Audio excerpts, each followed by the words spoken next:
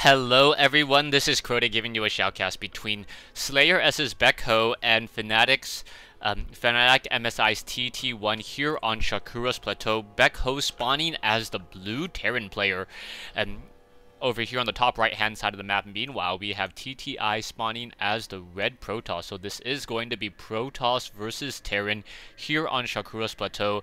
TTI obviously part of Team Fnatic. SlayerS's BaekHo obviously part of Protoss. You guys have probably seen some of his games on my channel already. Now, I am looking forward to this matchup, and we'll see how this game plays out. This is a Terran versus Protoss, and I'm pretty sure that this was just a BattleNet game, so this is the standard Blizzard version of the map, nothing too out of the ordinary here. Now, opening-wise, based upon the map and based upon the positionings, just playing blind and not being like a best-of-3 matchup, I would say that perhaps BaekHo will open up with a Reaper expansion. Meanwhile, we will most likely see a 3-gate expansion coming in from TTI. Those are pretty safe ways to build here on Shakuras Plateau. Yeah, like pretty safe way to build here on Shakuras Plateau. Works out pretty well. As there is obviously a very long walking distance between any of the bases. We are going to see a gateway now come into here. The production tab is up for you guys to keep track of, and I am trying so hard not to read the conversation, as it does tend to distract me just a little bit. Barracks now coming into play, about 2/3 of the way completed. The refinery should be done around the 15 food mark, and from there the game will continue, and we'll see whether he goes for an early factory or if he goes for that early tech lab. The probe now going to make its way up that ramp in just a moment to take a look around. An early marine now being trained. A second supply depot should be built in just a moment, as soon as you finish your supply depot as a Terran player and you have that gas timing, you should have enough just in time for a factory. But it looks like it may be a tech lab, and then after the tech lab, it may be a Reaper. So that is the reason why he has not gone for that earlier supply depot yet, delaying it just a little bit later, and now going for a second racks. Okay, so I'm not 100% sure what his strategy is so far. The probe did escape, but he doesn't see that second barracks there. Meanwhile, we are going into the Cybernetics core double gateway build so far. No Zealot as of yet. Instead, warping in a second gateway as well. So it's going to be a 2-gate now. With that Cybernetics core. And are we going to be getting a robotics facility? Very interesting also that he only has 1 gas at this stage. So with 1 gas at this stage, I would assume that he is going to be trying to go for a Nexus at some point. He is starting to save up some of that already, and you can see that he's sitting at 19/19. No, not 19/19. The Terran player is sitting at 19/19. Currently supply lock, finally getting into the 19/27. And I have to say that BaekHo's build here just a little bit sloppy. He is down in terms of food supply. He is getting the concussive shells, and there is Marauders now currently being trained, no Reapers. So I am wrong on multiple occasions. It is not going to be a Reaper expand. It is not going to be a 3-gate expand with double gas at all. Well, perhaps TTI will redeem me just a little bit, perhaps going for a 3-gate with that additional simulator there, and then try to go for an expansion. We do see that SCVs and Marauders now making the trek out, so BaekHo looking to put a little bit of pressure with this push here. There is going to be some SCVs in order to try to absorb some of that damage. It's very important that the SCVs absorb some of that damage as well, as the engineering bay about to be destroyed should get cancelled. Yeah, right there, it is cancelled now.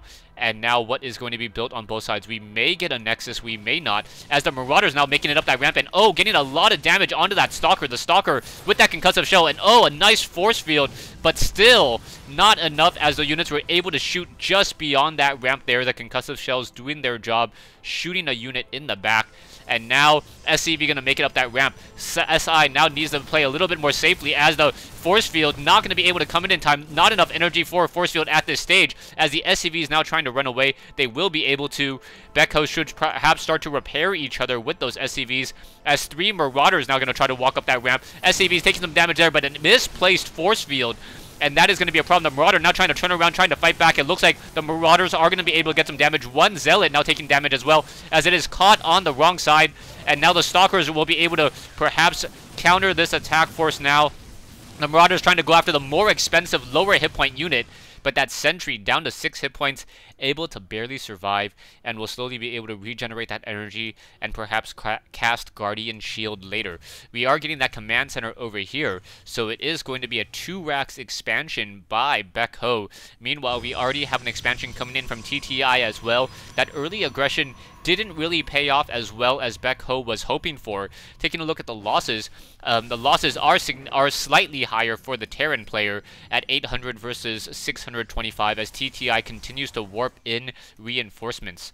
We do have a factory already in play, no indication of a starport just quite yet, as the Marines are going to be able to intercept that probe before it gets up that ramp. Pretty much doesn't see anything at all. TTI knows that there's a bunker there, but that is essentially it.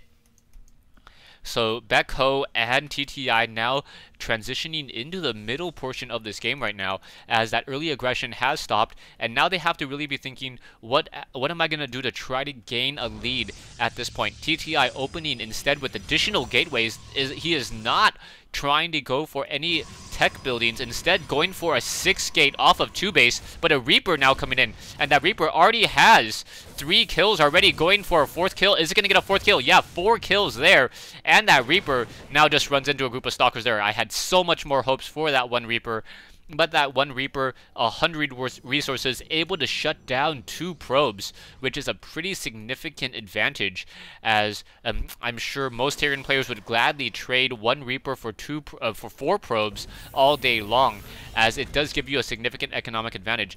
We are getting a starport now training off of that a medevac now training off of that starport. Reactor should be swapped in just a moment to double train some of those units, and yeah, wait for it. There you go. And now going in for a drop. So this drop of 1 medevac drop, he isn't trying to do significant damage. He's just trying to put pressure.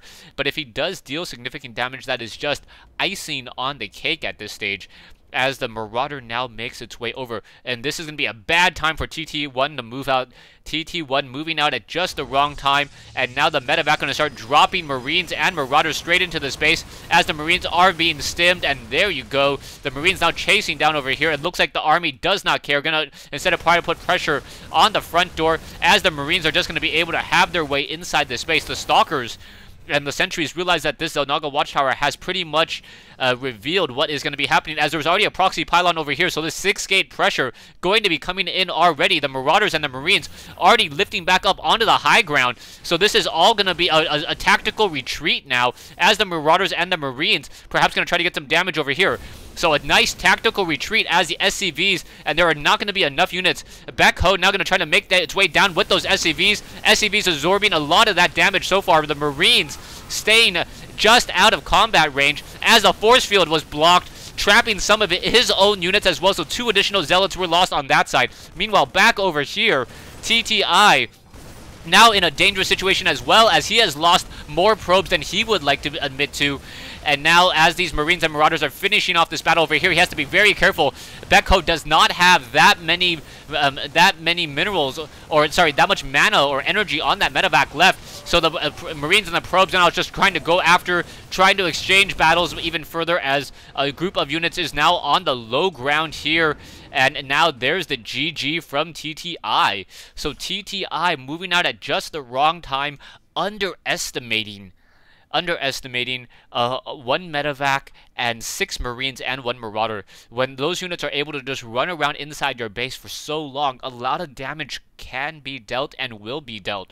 Now, the Stalkers and Sentries over here could have easily made it up that ramp if not BaekHo did not have that Zelnaga Watchtower controlling it, and then had the foresight to bring over those SCVs. Also, the fact that he had a second orbital command lift off from his main base let him know that even if he did lose a lot of SCVs, he would still be able to call down mules with that additional orbital command and continue to train up SCVs as well. You can take a look at the harvester count, 21 to 12. Army-wise, BaekHo with such a significant advantage, able to take this game here on Shakuras Plateau. Thanks for watching, thanks for listening. I hope you guys enjoyed this 1v1 replay between SlayerS's BaekHo and fnatic's MSI TT1 here on Shakuras Plateau.